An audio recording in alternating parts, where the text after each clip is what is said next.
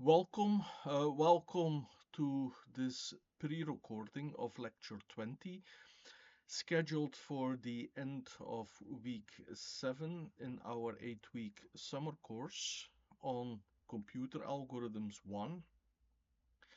Today we will introduce sequencing problems, problems that are hard, and actually they are important hard problems. They are NP complete problems. So let's start with the Hamiltonian cycle problem, and that will take on input a graph. But first, some very important definitions. In this course, we say that an algorithm is efficient if its worst case running time is bounded by a polynomial in the input size. We distinguish between problems and algorithms. The collection of all problems for which we have efficient algorithms is called the set P. So these are problems for which you can let the size of the input grow, and also the running time of your algorithms will also grow, but it will grow quite predictably. Then there are algorithms for which we can verify the output, and that we can verify this efficiently, but we don't actually have efficient algorithms for them. So the set NP, and the definition, the difference looks kind of subtle. You replace the word algorithm in the definition of P by certifier in NP.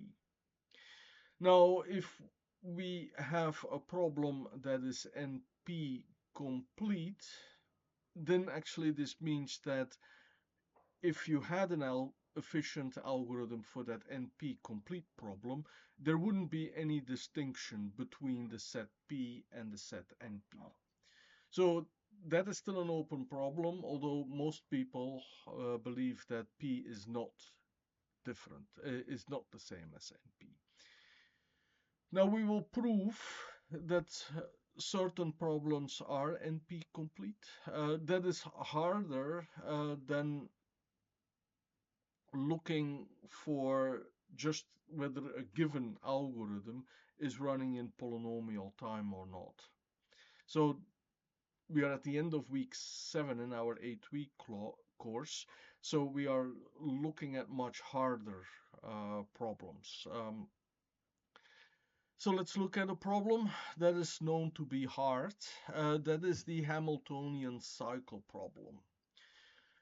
We have a directed graph given by a collection of vertices and edges. So the edges are represented by arrows. So in this example here, you can travel from 1 to 2, but not go back. You can go to 2 to 4, and then go to 3, and then go back to 1. So that is a cycle. A cycle is a path in a graph where the start vertex is the same as the end vertex. Now, we do not ask for just any cycle. We ask for a Hamiltonian cycle. That's a cycle that visits every vertex exactly once. So this graph has a solution. If you relabel the vertices, so if you visit the vertices in the order of the new labels, so you go from 1 to 2 to 3 to 4 to 5 to 6, then you come back to 1 and you have visited all vertices. Now there are many edges, so you could try possibly all kinds of combinations, but that would lead to an exponential cost of your algorithm. So that is not an efficient algorithm. Okay, so we have done the relabeling of vertices when we reordered the vertices in a directed graph.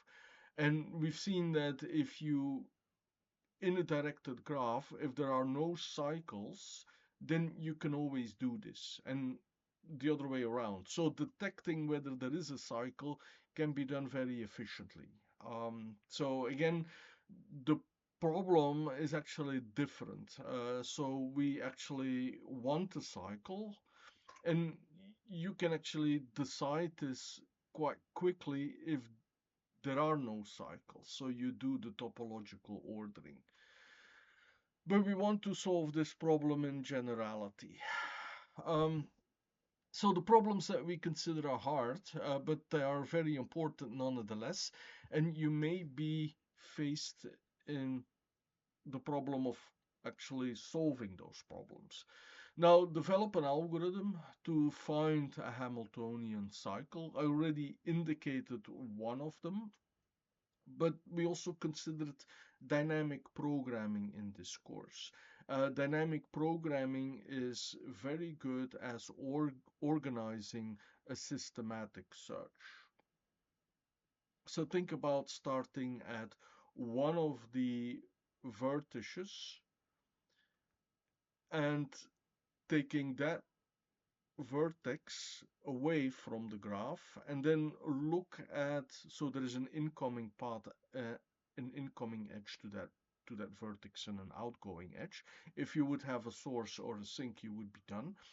So think about if you have in the subgraph, if you can solve the Hamiltonian cycle problem for the graph that is smaller, of that edge removed, of that vertex removed and all the edges, can you actually then compute a Hamiltonian cycle?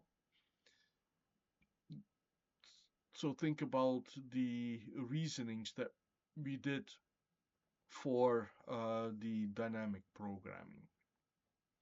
And also, the worst case running time of your algorithm shouldn't be polynomial time.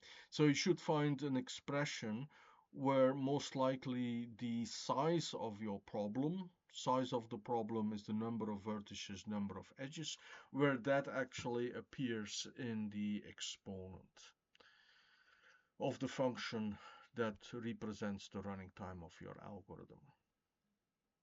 Okay, now we have decision problems.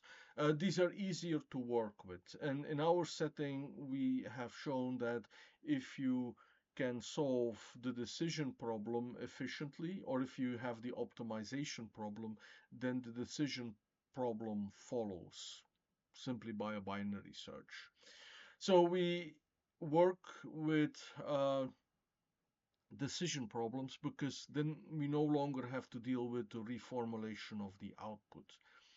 The output is always a yes or a no. Now, if you have solved the exercise 1, then you may as well consider all possible permutations of the vertices. That's actually another algorithm. So we want to find an order in our vertices so we have a cycle.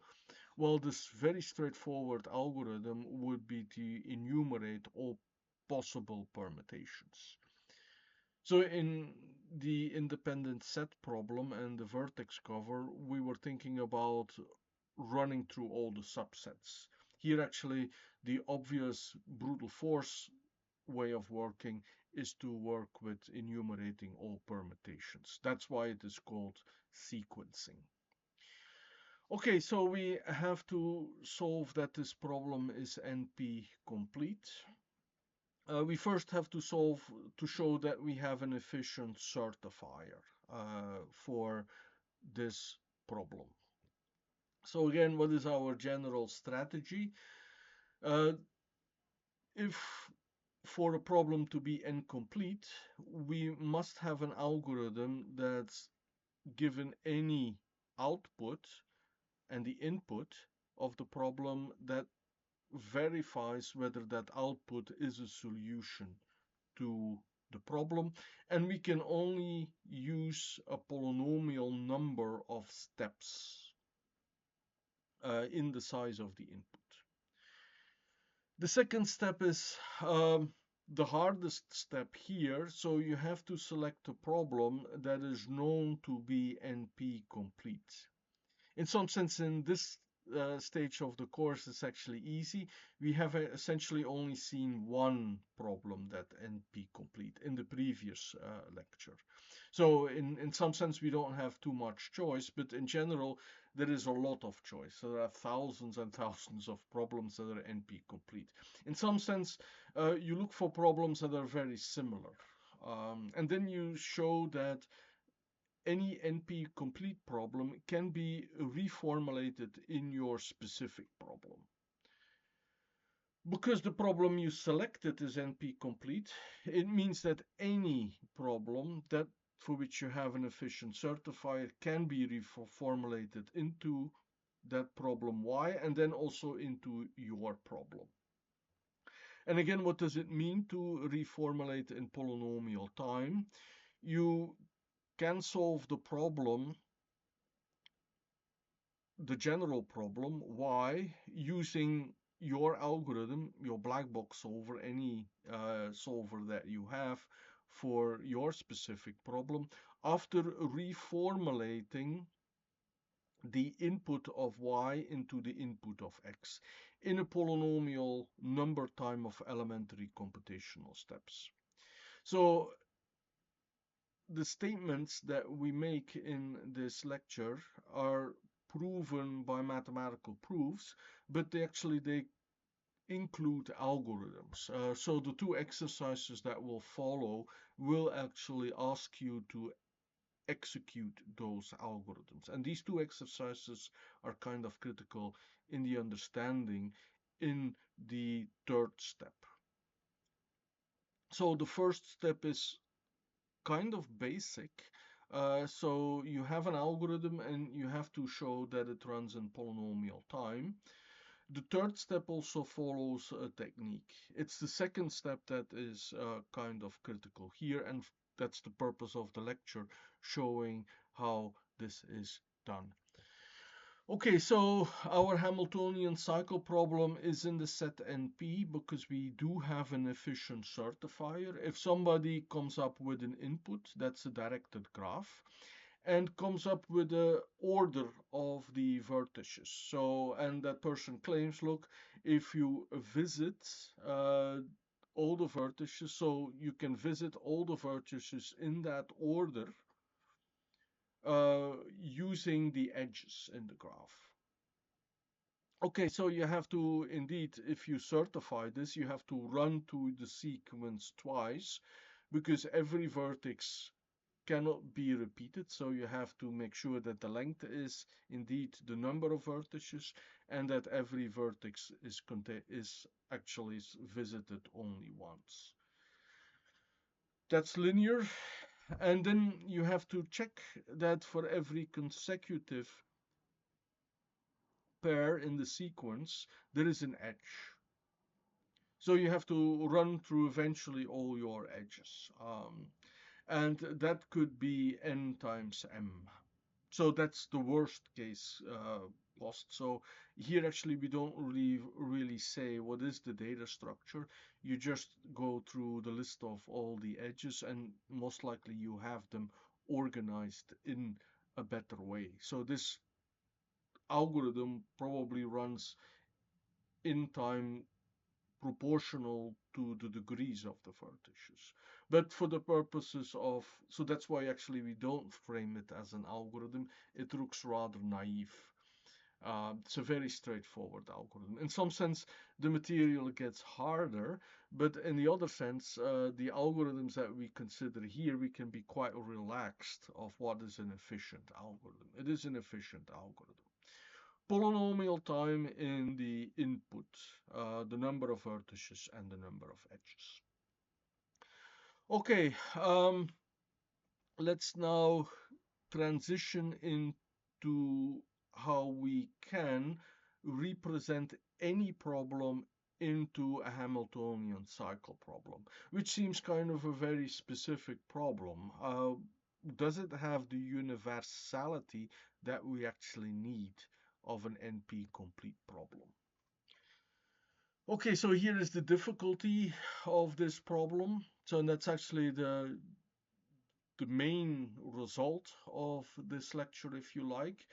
We have to show that any instance of any problem for which we have an efficient certifier can be formulated as a Hamiltonian cycle problem. Okay, so let's see how much information we can store in a graph. And in particular, what we know from a graph is cycles. So how can we actually use a graph to encode information, and actually any general type of information? Okay, so here is a graph. And how many cycles can we make? Well, we have 4 vertices, 1, 2, 3, 4, and we have added a source and a sink to it. So how can we go from our source to the sink? And actually, there is no source and sink here because we can go from the sink back to the source. In the proper language of flow networks, I should be talking about circulations. So we have one circulation where we go from 2 to 3, but we can go from 2 to 4 and then 4 to 3, or we can go from 2 to 1 and then from 1 to 3, from 3 to 4, and then from the source to 2 to 1, 1 to 4, 3 to sink. So we can construct a graph that has 4 nodes and 4 cycles. 4 nodes and a source and a sink, essentially. And you see all the edges that are added that make it possible. Okay. Can we make more? So we do this twice more. So I go to 6 and then to 8. Using the same construction essentially, and you can see they are listed all here. Perhaps I should go to one of them, so let me go through one of them. So I pick here the middle. So I go from S to 2, then go back to 1, then go to 3, go to 4, go to 5, go to 6, go to 7, go to 8, go to the sink, and then go to the source. So I do have a circulation. And you can see that all of them, so they are listed very systematically, all of them are distinct. So in this graph with 10 vertices, I can encode 16 cycles. So the first example might not have been too impressive. 4 cycles in 6 nodes, essentially. Here we have a total of 10 nodes, and we have 16. Now, you can think about, I'm not going to do this. The slide, this was the largest example that could go on a slide, but this can grow exponentially in the number of vertices. So here it is then, and this is an algorithm. So we can define a directed graph, construct a directed graph with a linear number of vertices and edges that has an exponential number of cycles. So that actually answers already our first question. How much information can we store in the cycles of a graph? Okay, here is the algorithm now. We have a source and a sink, and in some sense it's technology, it's more the flow network, although it will be a circulation. We will connect the sink to the source. That's to make cycles. Then we add 2n vertices, so where the vertices are kind of layered, if you like. We connect the source to the first vertices and then the sink to the last 2 vertices. And these are directed graphs. So the edges are pairs of vertices. Which vertex comes first is where we start in the edge. Okay, so then there is a general recipe. So we have the odd numbered vertices, and 2k plus 1 is odd, and we have two directions. So we have these layers in the graphs, and we have 2n vertices in total. We have n layers. In the previous example, we had 8 layers. Um, I'm sorry, we had 4 layers. We had 8 vertices. Then we connect the layers with each other. So we have the odd vertices that are connected to the odd vertices of the next layer. So there's only actually one odd vertex in the next layer. And then we have the odd vertices, the even vertices that are connected. And then we have the cross connection. So we can go from an odd in the previous layer to an even, and from an even to the odd. So this is essentially just saying in words, although you can see there is an algorithm. I should have perhaps used enumerates, so the bullets are not numbered, but you can number the bullets, and you can see we have 2n vertices, and we can start also counting the number of edges that we are adding.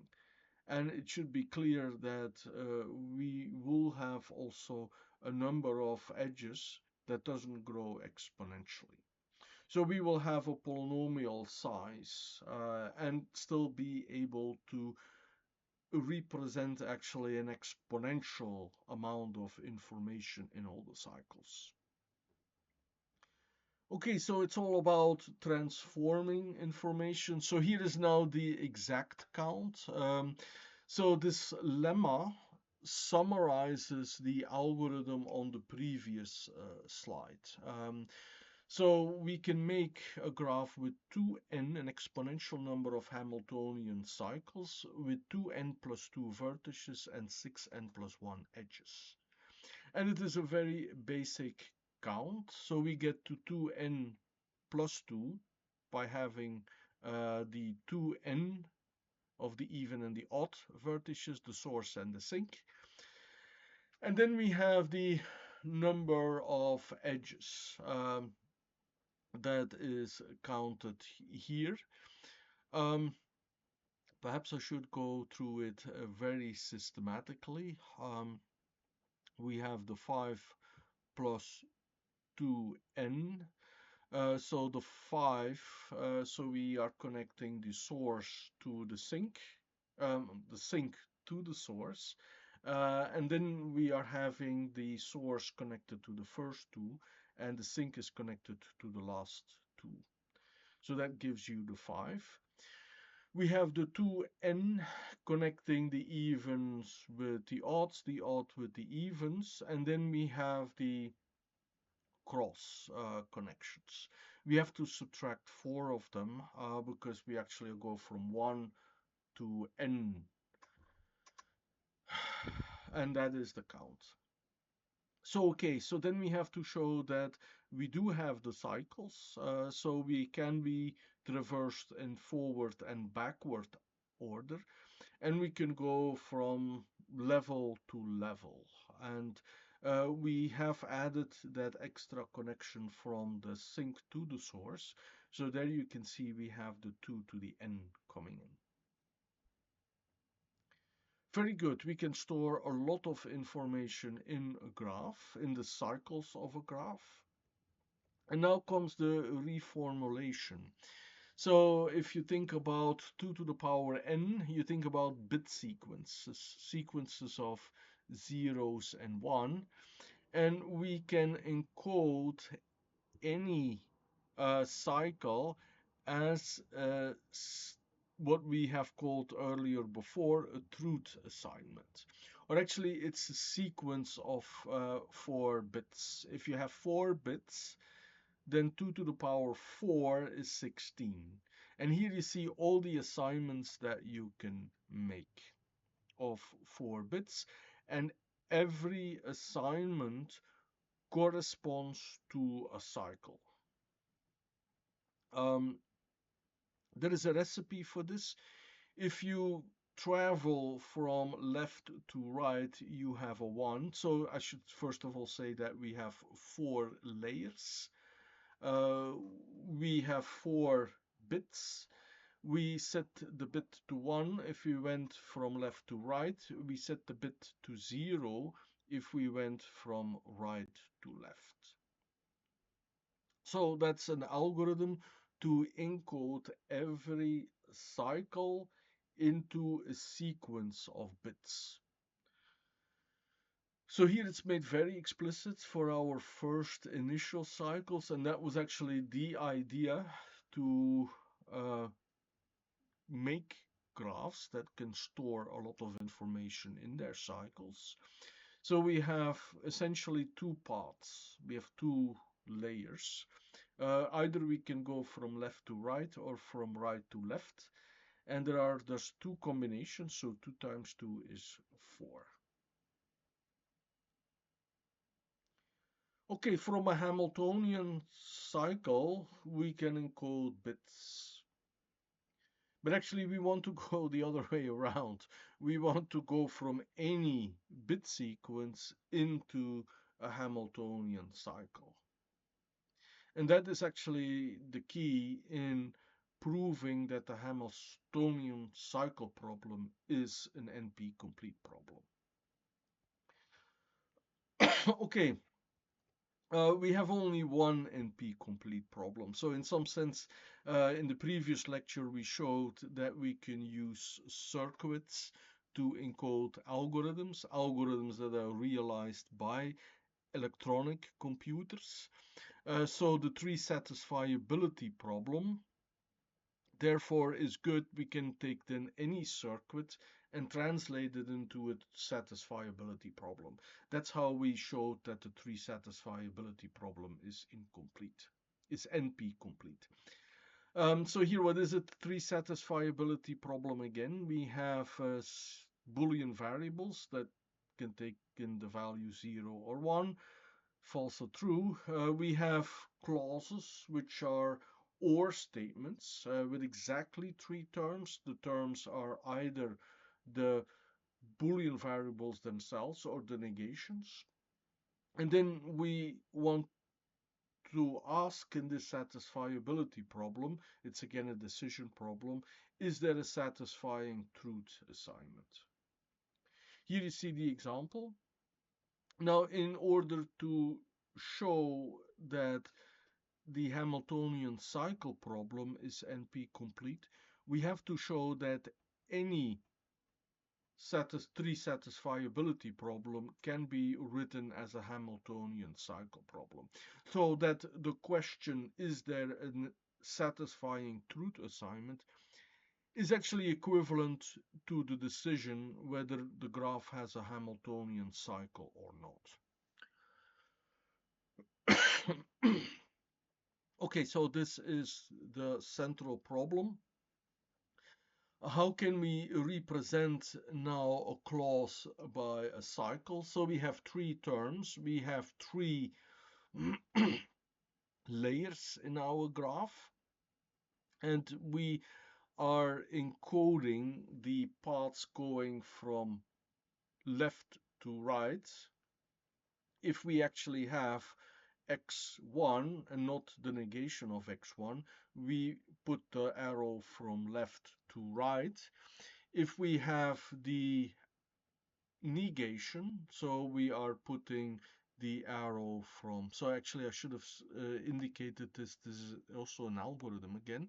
So we have x1 here that corresponds to this arrow.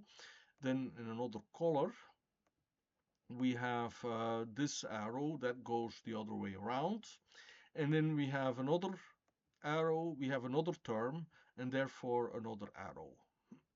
So the clauses correspond, the terms in the clauses correspond to arrows, either left to right, right to left, and then we insert one extra vertex which represents the clause, and you can see that we can make a cycle now by following, if we have the assignment, so know that we were thinking the other way around.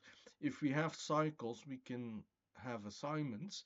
But now, if we have an assignment, it actually means that here for the last part, so we have x3 equals 1. This means that we are traveling from vertex 5 to vertex 6. And in between, we have two or statements. We actually are visiting the clause twice. So this is how you take an assignment, take a clause, and encode it into the graph. Now, of course, you don't know which assignments that you should be using, because that's just the whole question. So that's why you are going to add arrows in both directions. Okay, so this slide is the example, the key example on how we are going to construct a graph from a collection of clauses that have exactly 3 terms in them. That's the tree satisfiability problem. Okay, here is the algorithm again in great generality. So the algorithm is formulated not for computer usage, but for your benefit of the understanding, so that you can run it on the next exercise.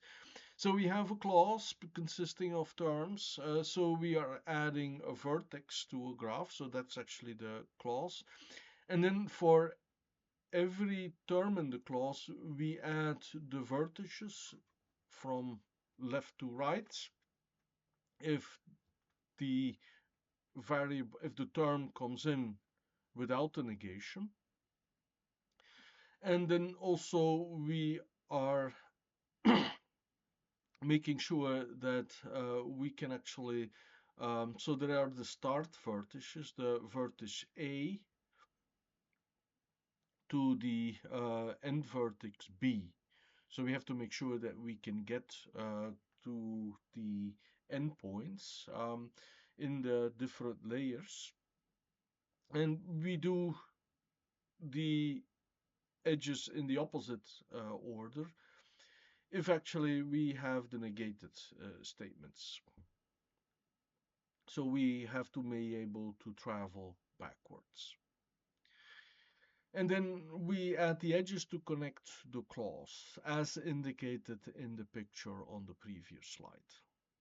So this is an algorithm that is well defined, that well defines the definition of a graph. Question again, we are interested in polynomial time reducibility.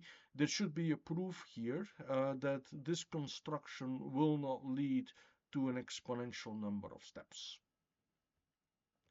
Okay, but first the exercise. Have you understood I will here indicate the count. So for every clause, we will add 7 vertices and 7 edges. So if you therefore have n Boolean variables and m clauses, you will have that many vertices and that many edges. Okay, so now comes the statement of the exercise. So here you can already calculate the amount of work you will have to do. So take this instance of a tree satisfiability problem and formulate the graph. And then also you have to construct the graph and then also verifying.